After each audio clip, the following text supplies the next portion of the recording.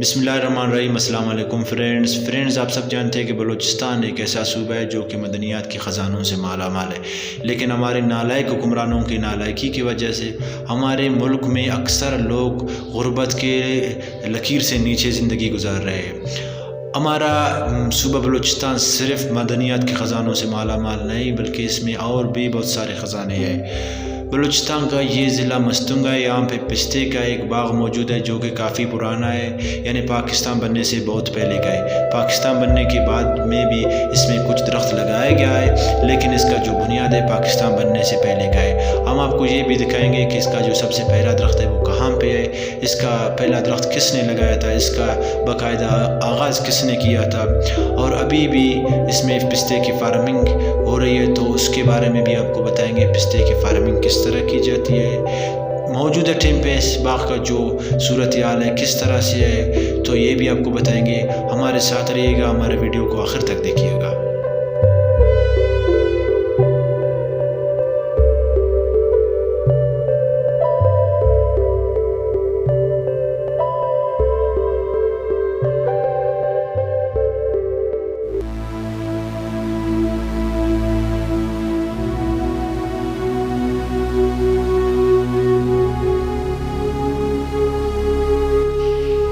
तो फ्रेंड्स, हम सबसे पहले जाएंगे जहाँ पे पिस्ते की फार्मिंग की जाती है, तो वो आपको दिखाएंगे, और उसका तरीक़ेकार जो पिस्ते की फार्मिंग की होती है वो भी आपको बताएंगे। उसके बाद हम आपको बाग का बाकायदा सैर कराएंगे।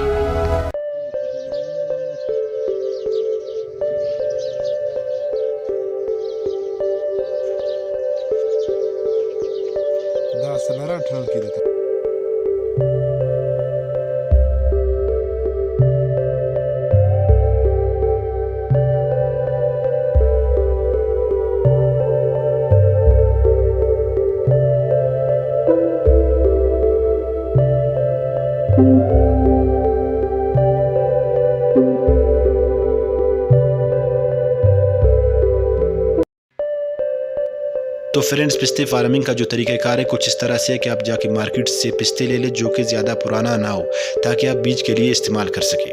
और मार्केट से ब्लैक कलर के शापर मिलते हैं जो पौधों के लिए इस्तेमाल होते हैं, वो भी ले लें। उसके बाद इन शापरों को नीचे वाली साइड से 6 से 8 सुराख बना दे, फिर उनको जरखेज़ मिट्टी से भर दे, फिर उनको एक ही लेवल में रख दे सारों को, ताकि पानी उनके ऊपर एक जैसे चढ़ जाए। फिर उनको बिजाई करे, एक शापर में 2-2 बीज लगाए, ताकि अगर एक बीज ख़राब भी हो जाए तो दूसरा निकल जाएगा। ये काम आप फरवरी के महीने में कर सकते हैं। फिर इनके ऊपर टनल लगाओ, टनल को 2.5 से 3 फुट इनके ऊपर से लगाओ, ज़्यादा ऊंचा ना हो, 2.5 से 3 फुट ऊंचा हो। फिर उसके बाद ये तकरीबन मार्च अप्रैल में शापर इनके ऊपर से हटा दो।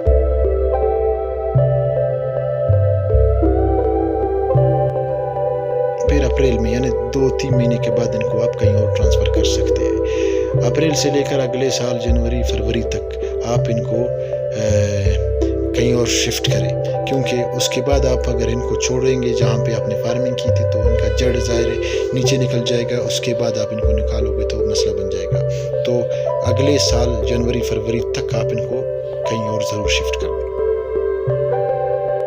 फिर दूसरी जगह पे शिफ्ट करने के बाद इनको पैबंद लगाना ज़रूरी है, क्योंकि पैबंद नहीं लगाओगे तो हो सकता है आपके सारे के सारे दरख्त नर निकल जाए या मादी निकल जाए। और 8-10 दरख्त के बीच में एक नर का होना ज़रूरी है।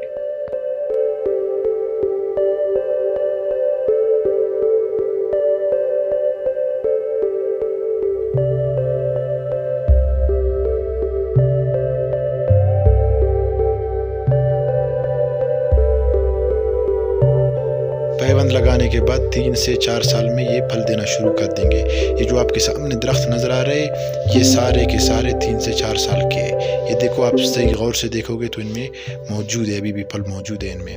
तो ज़ाहिर है छोटे होने की वजह से इनमें तो अभी इस वक्त मौजूदा टाइम पे कम है, लेकिन ये वक्त के साथ साथ हर साल इनका जो पैदावार है उनमें इजाफा होती जाएगी।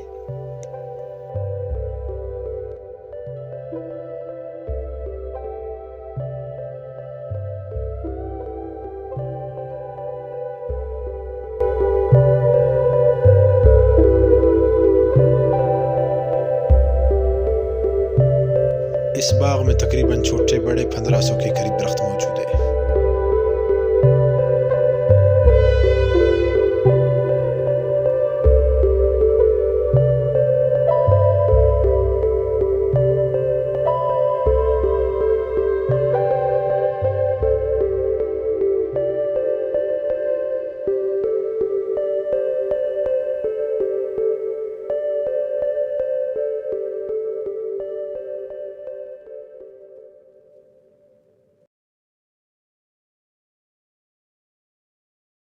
भाईबंद की बस भाईबंद तो ना। बदकिस्मती से पिछले साल से लेकर अब तक पूरा 1 साल हुआ है कि इस बाग को पानी नहीं मिला है, और इस साल बारिशें भी नहीं हुई कि इसको पानी मिल जाता। अगर इसको साल में 2 से 3 मरतबा पानी मिले तो ये करोड़ों का पैदावार दे सकता है। ये सरकारी बाग है, इसके ऊपर इतना तवज्जो नहीं है, तो हम अपने बाला अफसरों से, अपने वज़ीर आला साहब से अपील करते हैं कि भाई इसके लिए पानी का बंदोबस्त करें, इसको सही संभाले, इसका देखभाल करें, ताकि इसका सही फ़ायदा हमारे सूबे को पहुँच सके।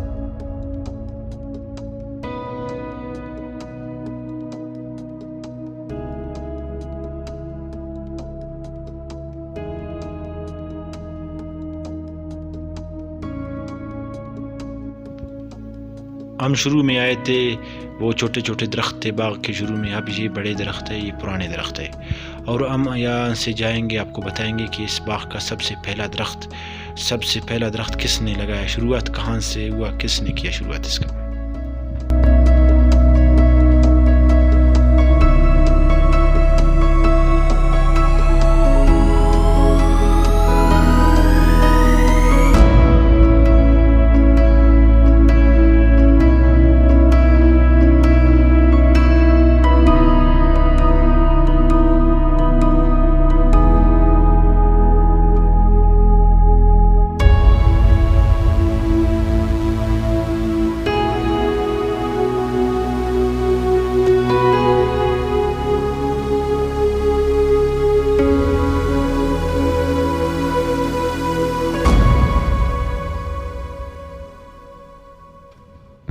तो फ्रेंड्स, जैसा कि मैंने आपको बताया था कि इस बाग का जो सबसे पहला दरख्त है वो कहाँ पे है, उसके बारे में स्क्रीन पर जो दरख्त आपको नज़र आ रहा है, यही दरख्त है सबसे पहला इस बाग का दरख्त।